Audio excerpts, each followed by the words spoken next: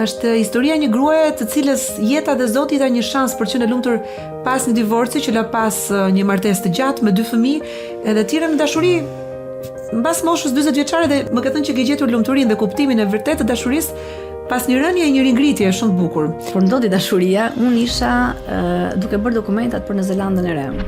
Vivamos do thot në latinisht jetojmë. Vivamos është themeluar nga unë dhe bashkëshorti im, i cili ka mbi 30 vite eksperiencë. Kanë besim tek produkti 100% shqiptar. Ne jemi një nga shembujt që ne kemi prodhuar për Max Marën, kemi prodhuar për Versacen. Prodhimi i një veshje nuk ka komsi.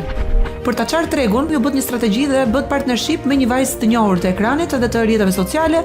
Nuk funksionoi marrëdhënia e bashkëpunimit dhe mbas një viti rrugët u ndan dhe ju vazhduat vetëm. Ishte pjesë e grupit e Vivamos Aulona Musta. Ti dashurove fort dhe vërtet dhe thellësisht mbas moshës 40 vjeç. Pas moshës 40 vjeç ti je më e pjekur, ti nuk kërkon sigurinë të një mashkull, nuk e frikë. Si ndodhi dashuria me Rubensin? Ishte ajo dashuria të cilën ti nuk e shpjegon dot. Nuk ka një frazë të cilën ti mund ta shpjegosh se si ndodh. Si ishte momenti kur mori një vendim për t'u ndarë edhe për të thënë unë meritoj një jetë tjetër, unë dua një tjetër version vetes time? Sigurisht që asnjëherë nuk është i thjeshtë. Asnjëherë nuk vë fajin vetëm nga njëra anë, sepse mendoj nëse edhe ne lejojmë disa gjëra, do të thotë që në një farë mënyre jemi deri diku përgjegjëse për veprimet që marrim. I kishe bërë ti përpjekjet për ta shpëtuar? Patjetër. Martesën. Kur ti e kupton që përveç ndjenjave që nuk ekzistojnë më, pra ti e kupton që ti ka qenë ajo idealja jon që ne kemi për familjen, që ne do të qëndrojmë për familjen. Jo, kuptova që unë do të jem mirë vetë. Çfarë është dashuria për ty, Alketa? Fiks ai rrugtimi i jetës që ne bëjmë, e humbasim në një rrugën, po kemi gjithmonë një shtëpi ku kthehemi, që na pret. Dhe pse ecim përpara, dhe pse ngrihemi, dhe pse bëjmë sukses, dhe pse na dalin njerëz që na shpërqendrojnë majtas djathtas, kthejmë dhe kokën pas. Edhe themi nga ku nisëm, cila është shtëpia dhe kush na pret në atë shtëpi, dhe kthehemi gjithmonë atje dhe nëpërmjet fillit të dashurisë gjejmë rrugën. Faleminderit për këtë bisedë kaq të ëmbël. Faleminderit shumë. Zoti të bekoft.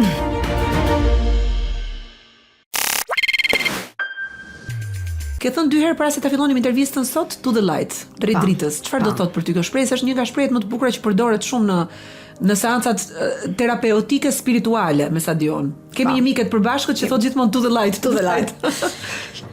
Varet edhe se si e koncepton, por mund ta shohësh edhe si të gjitha mendimet negative, të gjitha problemat, ankthet, nuk e di çfarë lloj gjë që mund të mos jetë pozitive, e çon drejt dritës. E çon drejt dritës, po. Si e largon? Je mirë? Jam shumë mirë. Ndjen që je kështu plot me dritë sot? Jam plot me dritë. Do ta shpërndaj me dritë? Për më tepër, që këtë intervistë, këtë podcast po e zhvilloj me ty. Jam vërtet shumë e kënaqur, sepse ti je nga ato pak persona të cilët je shumë delikate, shumë elegante, shumë përcjell shumë qetësi në çdo gjë që bën. Faleminderit shumë. Si do doje ti që ta prezantoje veten tënde? Bëje vetë më mirë prezantimin e vetes tënde. Të njohin si Almën e Vivamosit, po në fakt ti mund ta bësh më mirë prezantimin e asaj që përfaqëson dhe që je sot. Në fakt pak më njohin si Alma e Vivamosit, sepse nuk është se dal shumë për të prezantuar. Ky është tamam momenti që unë t'ju tregoj të gjithë atyre klientëve të cilët unë i vesh me veshjet e mia, përfaqësoj Vivamos, mbase mund edhe të përfaqësoj një moshë pak më të madhe, ku mund të rifillosh, pra mund të kesh jetuar disa eksperjenca në jetë, por mund të rifillosh edhe në moshën 40 ose edhe më lart. Dhe përveç se do flasim për brandin tuaj shumë interesant, i cili shet shumë mirë online, edhe ti ke veshur pikërisht linot e Vivamosit, sot shumë e bukur. Shkon shumë në gjyrat e inspired logos tonë. Një nga produktet e koleksionit që akoma nuk ka dalë. Por ti ke një përvojë tjetër interesante jete, sepse mua më pëlqen shumë të vendos në vitrinë këtu edhe historitë personale. Është historia një gruaje të cilës jeta dhe Zoti i dha një shans për të qenë e lumtur pas një divorci që la pas një martesë të gjatë me 2 fëmijë, edhe thirrën në dashuri mbas moshës 40 vjeçare dhe më ka thënë që ke gjetur lumturinë dhe kuptimin e vërtetë të dashurisë pas një rënje e një ringritje shumë të bukur. Kështu do flasim pak edhe për këtë. Se si është të dashurosh pas një sfide të madhe që ke kaluar dhe ke hedhur pas. Kur dashuria vjen atëherë kur ti se pret, por kur ke më shumë nevojë se kur do herë në jetë për ta ndjerë dhe për ta pasur. Në fakt ka ardhur pikërisht atëherë kur unë nuk e prisja, kur nuk isha në kërkim, le të themi, të dashurisë. Kisha marrë një periudhë për veten time, doja të isha fillimisht mirë me veten time, dhe kur kisha arritur këtë qetësi shpirtërore, le të themi, këtë siguri në vete, sepse patjetër do të kesh edhe disa sigurira në veten tënde kur të marrësh një hap përsëri të rëndësishëm, dhe atëherë erdhi dashuria jetës. Shiko, është shumë mirë kur njerëzit e marrin këtë kohën e tranzitit për ta shëruar veten dhe nuk shkojnë në një raport të ri, bëjnë atë jumping për të shëruar përmes dikujt tjetër, sepse vetëm kështu mund të funksionojnë dy qenie të shëruara të plota, i japin kuptim asaj të përbashkëtës që krijohet, pastaj apo jo. Më ka mbetur një shprehje e një prezantuese italiane, Michelle Hunziker, e cila thoshte që sigurisht në një moshë pak më të madhe, kur ti ke arritur disa gjëra në jetën tënde, do të jesh rrethuar vetëm me njerëz të cilët vlejnë. Pra, nëse njerëzit të cilët janë përreth meje nuk sjellin një plus në jetën time, pra nuk janë një diçka pozitive, nuk mund të jem pjesë e jetës time në mënyrën më absolute sot. Vivamos do thot në latinisht të jetojmë? Do thot të jetojmë, po. Kush e pakzoi me këtë emër Brendin? Me këtë emër në fakt e ka djali im i vogël, Angelo, ai ka bërë një tatu. Dhe domethënia kur ai më shpjegoi domethënien e atij tatuje, dhe mua kur ishim në kërkim, domethënë të një emri, doja diçka pozitive, doja diçka frymëzuese, doja diçka që të kishte një domethënie siç un kam sjell shumë ngjyra, po të shikosh në Vivamus ka shumë ngjyra gjithmonë. Më pëlqen. Kështu që edhe emri doja të ishte diçka që të sjelli pozitivitet në çdo njeri që e vesh. Kjo është ADN-ja e brendit tuaj, pozitiviteti? Sigurisht kjo është një nga gjërat. Pastaj ADN-ja kryesore mund të them që është eksperjenca, sepse Vivamus është themeluar nga unë dhe partneri im dhe bashkëshorti im, Robensi, i cili ka mbi 30 vite eksperiencë. Pra ai që nga babai i tij ja ka pasuar Robensit dhe ai ka 30 vite që është në këtë industri. Pra, eksperienca bëri që të lindi Vivamus. Përndryshe, nuk është aq e thjeshtë se sot, nëse më lejon Alketa, sot sigurisht që fjala brand është bërë pak, i ka humbur pak ajo vlera, se duket sikur brand mund të hapi gjithkush. Por nuk është e thjeshtë. Ne kemi punuar me shumë përpara se unë të vendosja të hapnim brandin ton Vivamus. Ne prodhonim për shumë personazhe të njohur në Shqipëri. Sigurisht që edhe për Italinë kemi patur shumë punë për brende shumë të rëndësishme, por edhe për shumë brende shqiptare, të cilët vinin, duam këtë modelin, edhe dilnin. Pra, absolutisht jam okay, nuk them që është gabim, se nuk e përcaktoj unë. Për të krijuar një brand nuk është shumë e thjeshtë, sepse sigurisht do të kesh një staf që punon mbrapa. Pra ajo veshja është ajo që del te publiku, por mbrapa ka një staf të shumë përgatitur, duke filluar nga logjistika, nga designer, nga marketingu, nga financa. Pra është një punë shumë mbrapa kuintave që bëhet për të arritur në produktin final. Prandaj kjo mbi ngarkesa e tregut që ka kaq shumë njerëz të cilët me dy rroba qepse dizenjojnë ose kopjojnë një model edhe dalin dhe falimentojnë pastaj, sepse një pjesë e madhe janë kështu si kometat që shkëlqejnë dhe pastaj hop zhduken në vitin e parë ose të dytë, sepse s'ja dalin dot. Që të bësh numra duhet staf apo jo, se nuk bëhet ndryshe biznesi. Nuk bëhet absolutisht.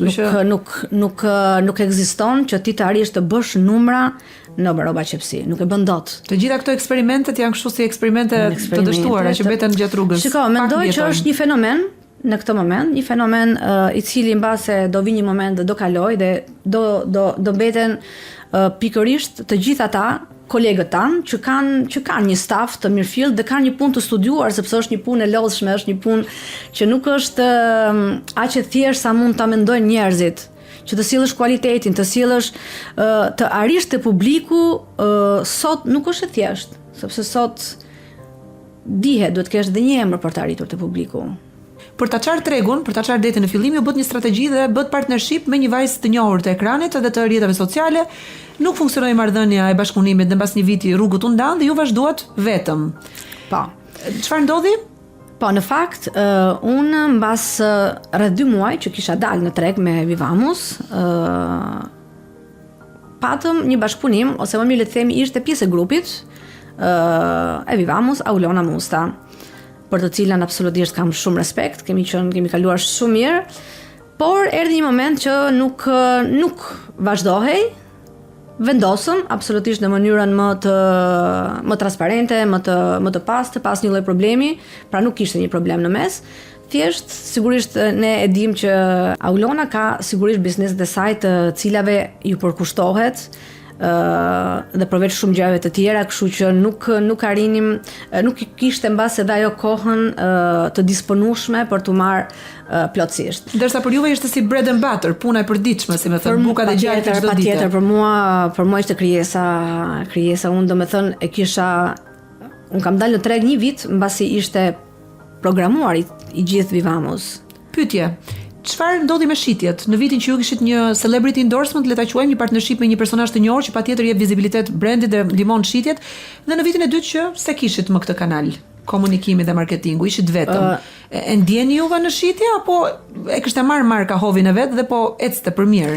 Jo, marka e kishte marrë hovin e vet, ne sigurisht nuk u ndalëm dhe aty, ne kemi marrë pjesë edhe në shumë programe të tjera të cilat kemi marketuar në një farë mënyre. Por Vivamus gjithsesi mbasi ishim edhe ndër të paktët që ne sollëm linon në Shqipëri dhe u bëm të njohur mbase më shumë për linon, sepse ne në fillim filluam dhe sigurisht kemi dhe produkte të tjera siç mund të jenë tutat, t-shirtet, por linoja është produkti pak më specifik që ne kemi sjell. Kështu që jo, nuk pati rënje në këtë aspekt. Ka shumë paragjykim në Shqipëri dhe gjithmonë thon produkt gjerman, produkt francez, produkt italian. Kur thon për shembull produkt kinez nuk e pëlqejnë, edhe pse Kina në teknologji është lart dhe Japonia. Kur themi made in Albania, kemi neve sfida dhe problematika, pa sigurie që ju krijohet klientët sepse është made in Albania? Kanë besim tek produkti 100% shqiptarët? Mund të them që në fillime po. Sot ka kaluar ky fenomen. Se e bukur që ne prodhojmë për gjithë markat ndërkombëtare, fasoneritë më të mira i kemi në Shqipëri në fakt. Ne jemi një nga shembujt që ne kemi prodhuar për Max Marën, kemi prodhuar për Versace-n, për shumë marka, për Louis Vuitton, kemi prodhuar për shumë marka në biznesin e fasonerisë keni pasur. Në biznesin ton. Kështu që ju e dini rrugën se si kalohet tek cilësia apo jo. Prodhimi i një veshje nuk ka kombësi. Nuk është të thënë, domethënë nuk ka fare lidhje. Nëse një produkt është i bërë mirë, patjetër. Kam kuriozitet të di për shkak të markat e mëdha që tek biznesi përpara Vivamusit vini tek fasoneria juaj dhe i qepni në Shqipëri, bëni prodhimin këtu në vendin ton. Sjellin kontrollor cilësie? Domethënë juve duhet keni bërë një përvojë të jashtëzakonshme nga guideline-et e tyre për të mësuar se çfarë do të thotë cilësi në fakt. Patjetër. Mund të vini në një ditë kur ti sigurisht nuk i prisje. Dhe në të gjithë prodhimin që ishte i paketuar, mund të merrni një numër çfarëdo në të gjithë kutin dhe merrni të kontrollonin patjetër, absolutisht. Linoja ka një histori mirë vjeçare, që në Egjiptin e lashtë e vishnin dhe është pëlura, simboli freskisë, mbretëresha e verës, tekstili më i rahatshëm dhe më i bukur, ju identifikoheni për këtë. Jo çdo lino është e njëjtë. Si e dallojmë në cilësinë e linos? Pse një lino shitet 20 euro, një shitet 200, një shitet 800? Shitet brendi apo shitet në fakt cilësia e linos? Ka ndonjë sekret që do të dinë më shumë njerëzit? Të dyja, sepse jo domosdoshmërisht një brand mund ta ketë cilësinë e lartë. Edhe këtu do patjetër kujdes. Dallohet në prekje, sesiri në trup. Linoja është, ne i themi, është lëkura e dytë e trupit. Varet se si do të ta marrësh në dorë, ta prekësh, sepse varet thurja se si është e bërë, se si është krijuar, se si është punuar. Janë shumë gjëra që bëjnë diferencën. Nuk mjafton sepse shumë njerëz patjetër bëjnë gabimin, shikojnë 100% lino dhe mendojnë që është lino. Në fakt, shumë herë që ne shkruajmë edhe në etiketat tona ose në postimet tona 100% lino, më duket ndonjëherë pak ndoshta edhe tepruar, sepse nuk do të thotë 100% lino është e mirë. Mund të jetë 100% lino dhe është një material absolutisht shumë skadent që s'ka lidhje fare me atë linon e mirë. Ku prodhohet linoja më e mirë në botë? Në cilin shtet Alma? Linoja më e mirë kryesisht në Francë, kemi Belgjikën, kemi Lituaninë, është dhe Italia, Bielorusia, ndërsa për sa i përket ngjyrosjes së linos, pra përpunimit të linos, Italia është kampion. Do të thonë nuk Cili është objektivi yt vizionar? Ku e shihni Vivamos pas 10 vjetësh? e shikoj shumë lart. E shikoj shumë lart sepse ne po ecim me hapa të avasht. Pra, ne po përpiqemi të bëjmë diçka, jo një boom të menjëhershëm, sepse suksesi nuk vjen për një herë, është diçka që ndoshta edhe shumë njerëz mendojnë që hape një brand do bëri pasur ose u bëre ka shumë punë. Pra vizioni jonë është që patjetër dëshirojmë të hapim dyqane në Milano, aty ku dhe djali jeton, dhe patjetër edhe në disa vende të tjera të Europës. Pra ta eksportoni brandin jashtë kufive shqiptar. Patjetër. Juve nuk keni dyqan fizik, shisni vetëm online për momentin në Shqipëri? Akoma jo. Ku t'ju blejnë njerëzit që po ndjekin këtë podcast? Mund të blejnë në faqen tonë të Instagramit, Vivamos Official, dhe në webin tonë vivamos.al. Aty kanë të gjitha. Anzi, në këtë moment mund edhe t'ju them një të re të gjithë klientëve, që për të gjithë klientët që blen nga webi, sepse ne duhet të mësojmë njerëzit të kryejnë blerit edhe në web, aty kanë për çdo blerje kanë një surprizë të vogël ulje. Ka një kupon dhuratë? Ka një kupon dhuratë. Shumë bukur. Shumë njerëz besojnë se dashuritë më të mëdha ndodhin në të 20-tat kur ne jemi të lirë, jemi më impulsiv, më instinktiv, më të paprekur nga zhgënjimet. Ti në një farë mënyrë e kundërshton këtë ide me jetën tënde, sepse ti dashurove fort dhe vërtet dhe thellësisht mbas moshës 40 vjeç. Çfarë ndryshon tek dashuria kur nuk je më vajza që kërkon dashurinë si në ëndra dhe prallat që ke pasur që fëmijë, por je një grua që e njeh jetën, dhimbjen, veten, edhe çmimin e zgjedhjeve të tua? Sigurisht që ndryshon, sepse mbas moshës 40 vjeç ti je më e pjekur, ti nuk kërkon sigurinë të një mashkull, nuk kërkon nuk e frikë. Nuk ke më frikë. Ti domethënë kërkon, ti je mirë me veten dhe ti kërkon një person për të ndarë atë të mirën tënde, atë lumturinë tënde për ta ndarë me një person. Si ndodhi dashuria me Rubensin? Ti ishe e lënduar sepse kishe humbur një bast me veten, ndoshta, nuk e di, një premtim që kishe thënë vetes, gjithmonë mbyllja një martesë është patjetër. Një ndjesi jo e mirë, nuk është një ndjesi suksesi, është mbyllet një cikël i rëndësishëm, nga i cili erdhën në jetë 2 djem që sot janë çfarë moshe kanë djem, ose kanë besuar moshën e djemve, ku ma ke thënë. Njëri është William është për pak bën 30 vjeç, ndërsa Angelo është 27 vjeç. Ku jetojnë djemt? Ato jetojnë të dy, Angelo jeton në Milano, ku ka mbaruar dhe shkollën për modeling, ndërsa William jeton në Zelandën e Re, ka mbi 10 vite që jeton aty. Sa larg? Shumë larg, por është okay. Jam mbase më i qetë sepse është një botë, unë e them është një botë më e bukur. Më thënë, unë kam qenë vetë në Zelandë një vit dhe unë kam thënë është parajsa në tokë. Është një botë e butë? Është një botë e butë. Tamam si delet, që i kanë me shumica ata. Është fix. Është një botë e butë. Dhe atje po ti jesh qingj i urtë, mund të pish vërtet shumë nëna. Po, patjetër, shiko. Është një botë ku nuk ka paragjykime. Është një botë ku ti je i lirë, mund të jesh vetvetja 100%. Dhe unë këtë gjë e kam shumë të nevojshme të jem vetvetja. Nuk bëj kompromis me këtë. Më fol për dashurinë pak. Si ndodhi dashuria? Dashuria ndodhi krejt papritur. Në fakt, kur ndodhi dashuria, unë isha duke bërë dokumentat për në Zelandën e Re. Mendove të zhvendoseshe për të jetuar përgjithmonë aty. Do të ikë nga Italia gjithë jetën që kishe pasur në Itali pas shpinë. Italinë, Shqipërinë, domethënë doja vetëm të ikja dhe Zelanda ishte për mua vendi ku unë e mendoja veten time të lumtur vetëm aty. Ndërkohë, qelloj që rastësisht njemi me Rubensin, shumë rastësisht, dhe ishte dashuri me shikim të parë. Domethënë pa diskutim. Ishte ajo dashuria të cilën ti nuk e shpjegon dot. Nuk ka një frazë të cilën ti mund ta shpjegosh se si ndodh. Thjesht ne që atë ditë nuk jemi ndarë më as edhe një ditë nga i moment që jemi njohur, që jemi takuar për herë të parë. Të trazoj apo të qetësoj këtë dashuri në fillim? Se vinë kështu me valë të mëdhaja kur vinë këto Shiko, dashuritë e vërteta. Më trazoi sepse ishte diçka e re. Ishte diçka që nuk duhet t'ja shpjegoj edhe vetes. Ishte diçka që do t'ja shpjegoja vetes çfarë po ndodh, çfarë është, domethënë se si mundet domethënë është si dashuria nëpër filma them unë. Si ato dashurit, unë jam shumë romantike. Dhe shoh 80% vetëm filma romantik, kështu që unë aty gjitha e pash veten si në filma. Në të 40-tat çfarë dashurojmë? Njeriu siç është, paqen që sjell, mençurinë, sigurinë emocionale. Çfarë petit tek Robensi që se kështë parë tek askush? Mbas edhe ai të kështë parë si askush s'të kish parë më parë. Shiko, te Robensi, unë jam 100% vetvetja. Me të mirat, me gabimet, me uljet dhe ngritjet e humorit, me çdo gjë unë jam vetvetja 100%.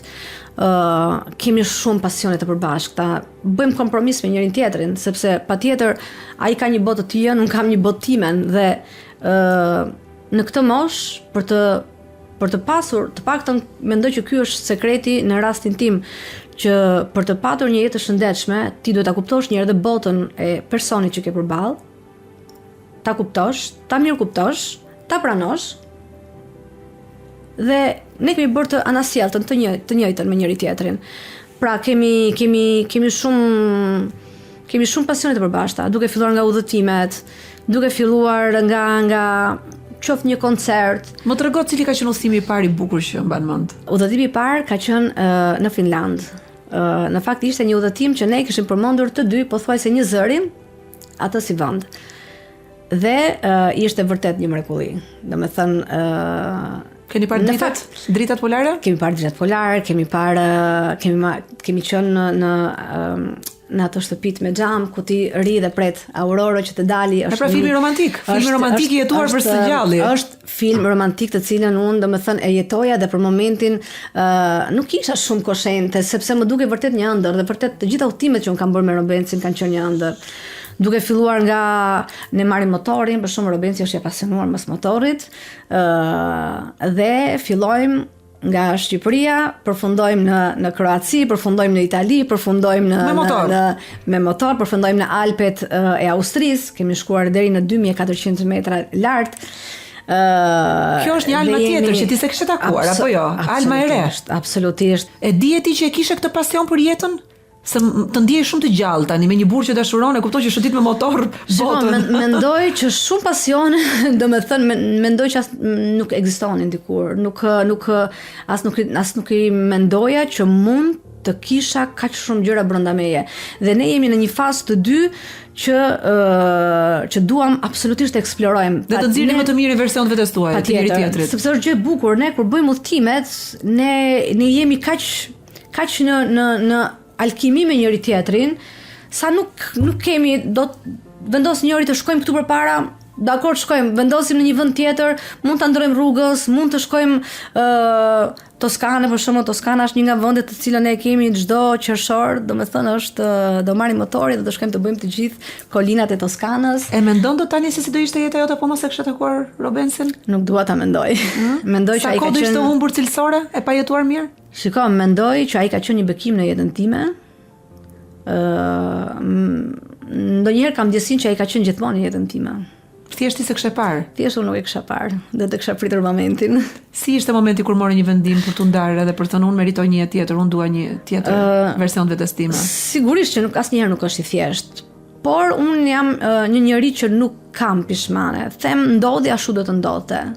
Asnjëherë nuk vë fajin vetëm nga njëra anë, sepse mendoj nëse edhe ne lejojmë disa gjëra, do të thotë që në një farë mënyre jemi deri diku përgjegjëse për veprimet që marrim. Po shikoj, nuk është as bilanc fajesh, mendoj. Nuk është thjesht njerëzit të rriten në rrugë të ndryshme dhe ka një moment ku nuk përputhen më, nuk konvergojnë. Absolutisht. Zgjidhja më e mirë nuk është të rish në kompromis mbase, po është. Absolutisht. Ne dhe sot kemi një raport shumë të mirë, flasim, absolutisht nuk kemi nga këto problemet e ndarjeve të keqkuptimeve, jo, absolutisht.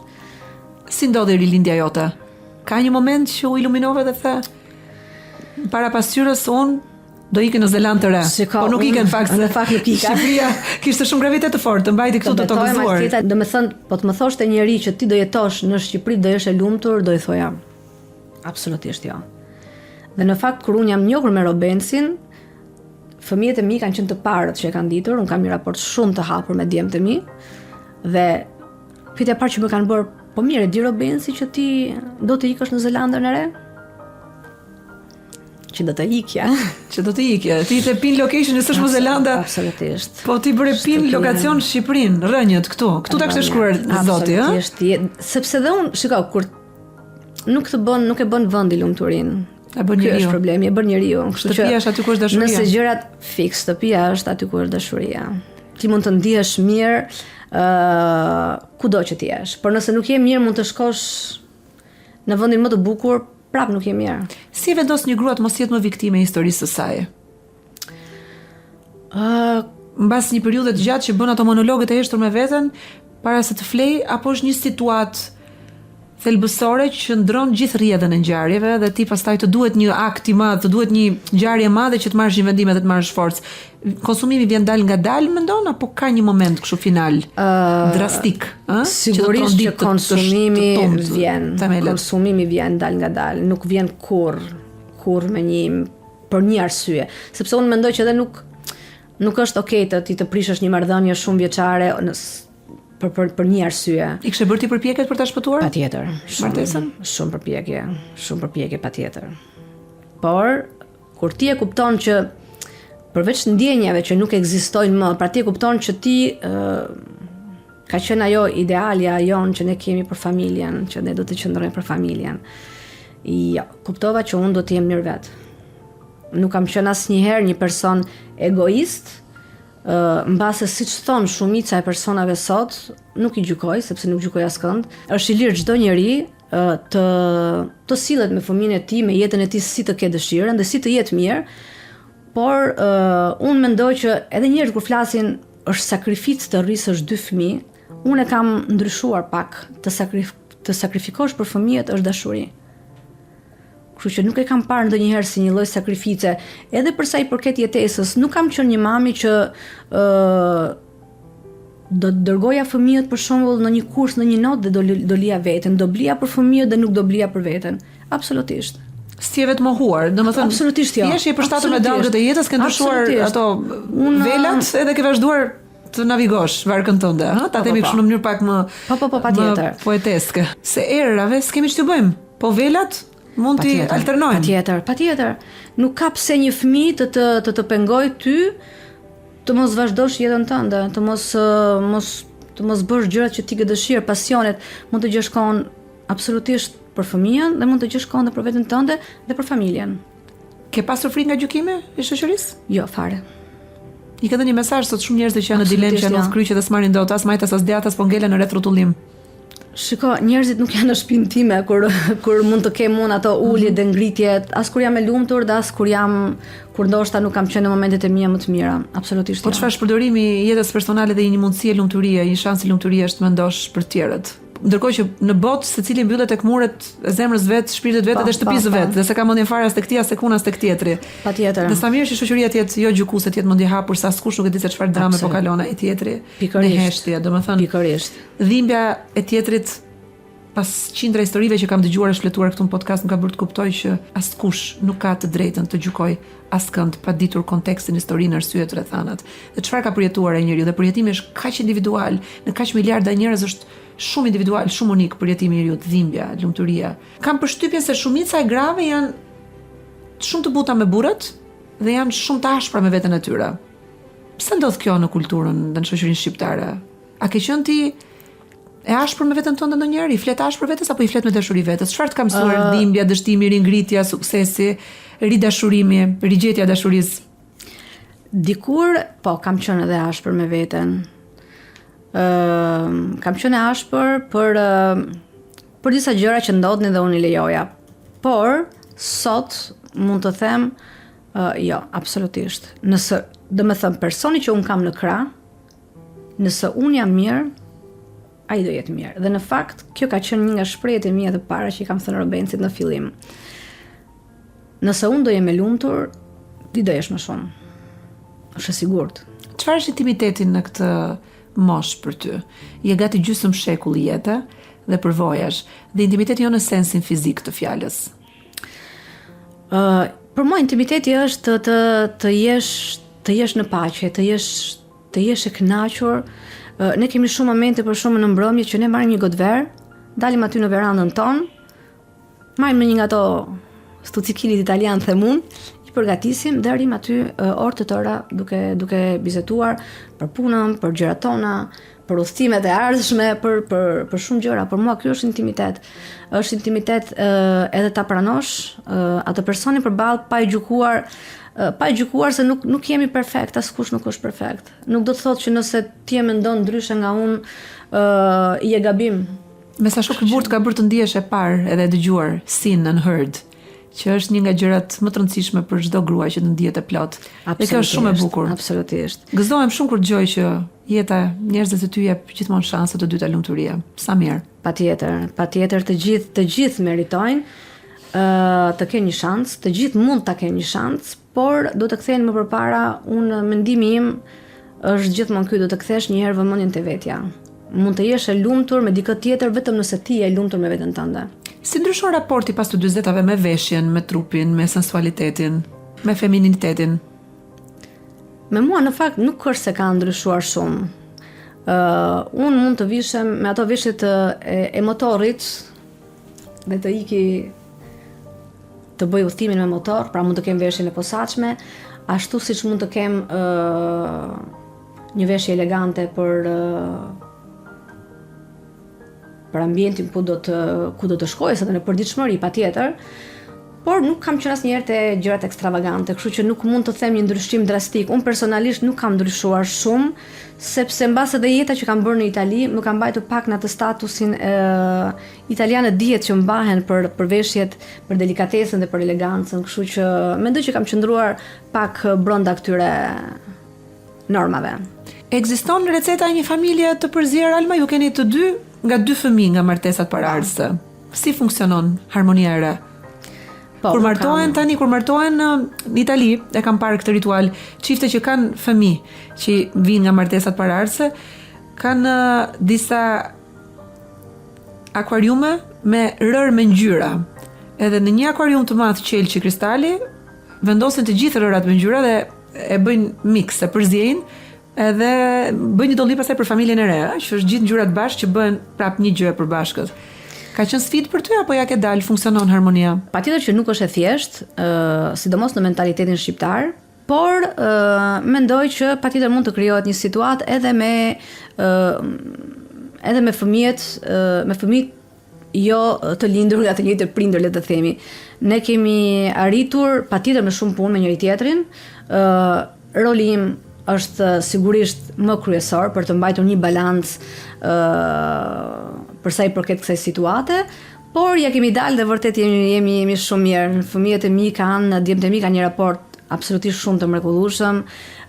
Unë gjithashtu me vajzat e Robencit, sidomos me vajzën e vogël e cila jeton këtu, dhe e shoh më shpesh sepse është më e vogël dhe absolutisht edhe kur bëhen bashkë fëmijët, domethënë janë shumë okay, janë shumë mirë. Çfarë pune ke bërë për rritjen tënde personale dhe profesionale? Pse njeriu duhet të punojë shumë me lartësimin e vetdijes, ë?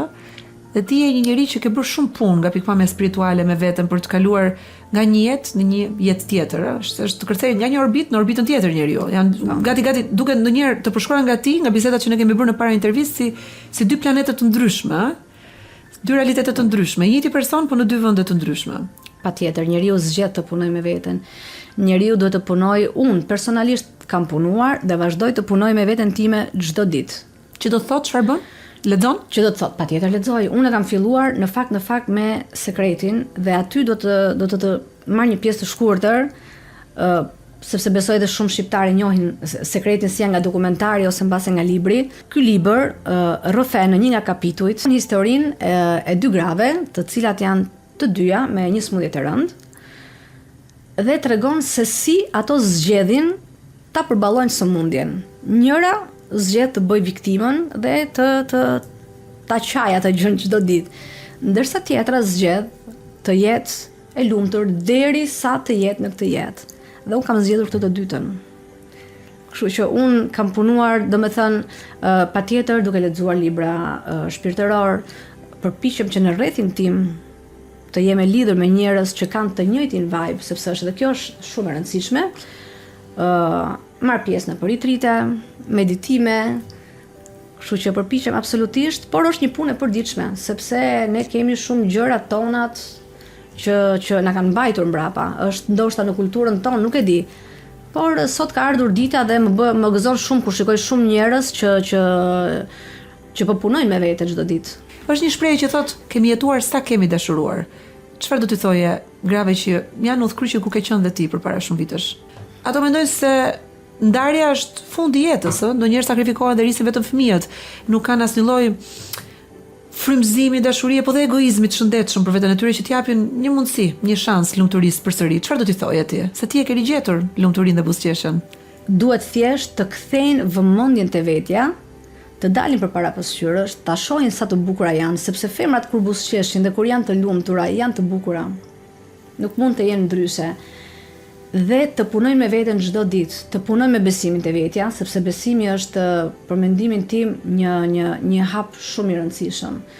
Kur ti ke besim te vetja, nuk mundesh të tërheqësh më një burr të gabuar, patjetër që energjia jote do të dërgojë te ai person i duhur. Kjo është e sigurt. Kështu që do të kthejnë vëmendjen te vetja, të dalin përpara pasqyrës, të vishet bukur për veten e saj dhe jo për dikë tjetër, as për një burr, as për të ndihet mirë me veten e saj. Dhe cila është mantra që duhet të thotë para pasqyrës? Unë meritoj më shumë, unë meritoj më mirë? Absolutisht, unë meritoj më shumë. Të gjithë meritojmë shumë, absolutisht. Dhe mund të kenë shumë, duhet thjesht të kenë besim. Absolutisht çdo njeri ka të drejtën të jetë i lumtur, thjesht duhet t'ia japin mundësinë vetes për të qenë të lumtur. Tani do të bëj unë ty një pyetje, duke qenë që ti je një personazh publik, që ke peshë te fjala, kështu që le të bëjmë atë forcën e grave në këtë moment, dhe ti flet shumë për dashurinë dhe flet shumë bukur. Pra ti kur shpjegon për dashurinë, e bën tjetrin të ndorroj me sy hapur, sepse e flet shumë bukur, e sqaron shumë bukur, e prek tamam me atë delikatesën, me atë elegancën për të cilën meriton të flitet për dashurinë.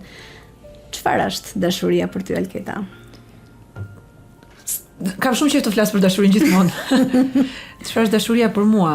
Pyetja më e bukur. E kam thënë në shumë versione, po do them një version të ri sot, se jam frymëzuar nga Odiseu që e pash në kinema. Edhe është fiks ai rrugtimi i jetës që ne bëjmë, e humbasim në një rrugën, po kemi gjithmonë një shtëpi ku kthehemi, që na pret. Dhe pse ecim përpara, dhe pse ngrihemi, dhe pse bëjmë sukses, dhe pse na dalin njerëz që na shpërqendrojnë majtas djathtas, kthejmë dhe kokën pas. Edhe themi nga ku nisëm, cila është shtëpia dhe kush na pret në atë shtëpi, dhe kthehemi gjithmonë atje dhe nëpërmjet fillit të dashurisë gjejmë rrugën. Ose një përcaktim tjetër që do thoja për dashurinë, pak më i thjesht, më konkret për gjithë ata që na ndjekin, është dashuri do të thotë unë të dua ty dhe të zgjedh ty, si të vetmen dhe të parën zgjedhja. Ti je prioriteti im. Të uroj një jetë të lumtur, të shkëlqesh, vivamosit shumë suksese dhe një dashuri që të bën të shkëlqesh edhe të rinon, nuk të plak, nuk të bën me thinja e me rudha, po të bën të ndihesh gjithmonë e re dhe vitale, e gjallë, siç ishe ti në këtë podcast sot. Faleminderit për këtë bisedë kaq të ëmbël. Faleminderit shumë. Zoti të bekoft. Kry.